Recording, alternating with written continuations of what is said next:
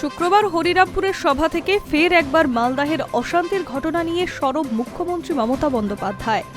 তার দাবি, বিজেপি বাইরে থেকে লোক এনে বাংলায় অশান্তি তৈরি করার চেষ্টা করছে।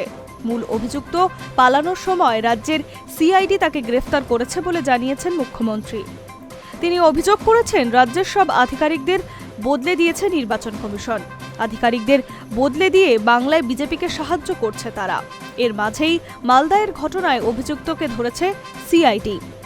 এই কথা জানিয়ে মুখ্যমন্ত্রী বলেন, সব আধিকারিক এবং স্থানীয় পুলিশকে বদলি করে দিয়েছে কমিশন। এখন একমাত্র সিআইডি যেটা আমি দেখি, তারা এনআইএ আসার আগে গ্রেফতার করেছে অভিযুক্তকে। মোফাক্কেরুল নেপালে পালাচ্ছিলেন, সেই সময় তাকে আটক করেছে সিআইডি।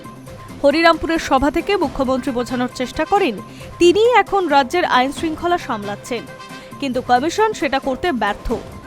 আধিকারিকের বদলে খতিয়ান তুলে ধরেন মুখ্যমন্ত্রী। 5 রাজ্যে ভোট হচ্ছে: অসম, তামিলনাড়ু, কেরালা, বাংলা এবং পন্ডিচেরি। 506 অফিসার বদল হয়েছে। এর মধ্যে শুধু বাংলায় 483 জনকে বদলি করা হয়েছে।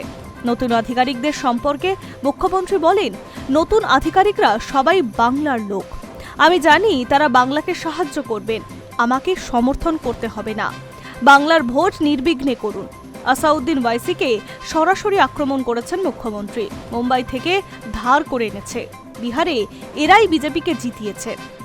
কেন্দ্রকে আক্রমণ সারিয়ে মুখ্যমন্ত্রী দাবি করছেন, রাজ্যের সব আধিকারিকদের বদলে দেওয়া হয়েছে যাতে নির্বাচনের সময় টাকা, অস্ত্রের মতো জিনিস সহজেই এই রাজ্যে নিয়ে আসা যায়। তার দাবি, সিআরপিএফ এর গাড়িতে টাকা আসছে যাতে সীমানায় কেউ আটকাতে না পারে।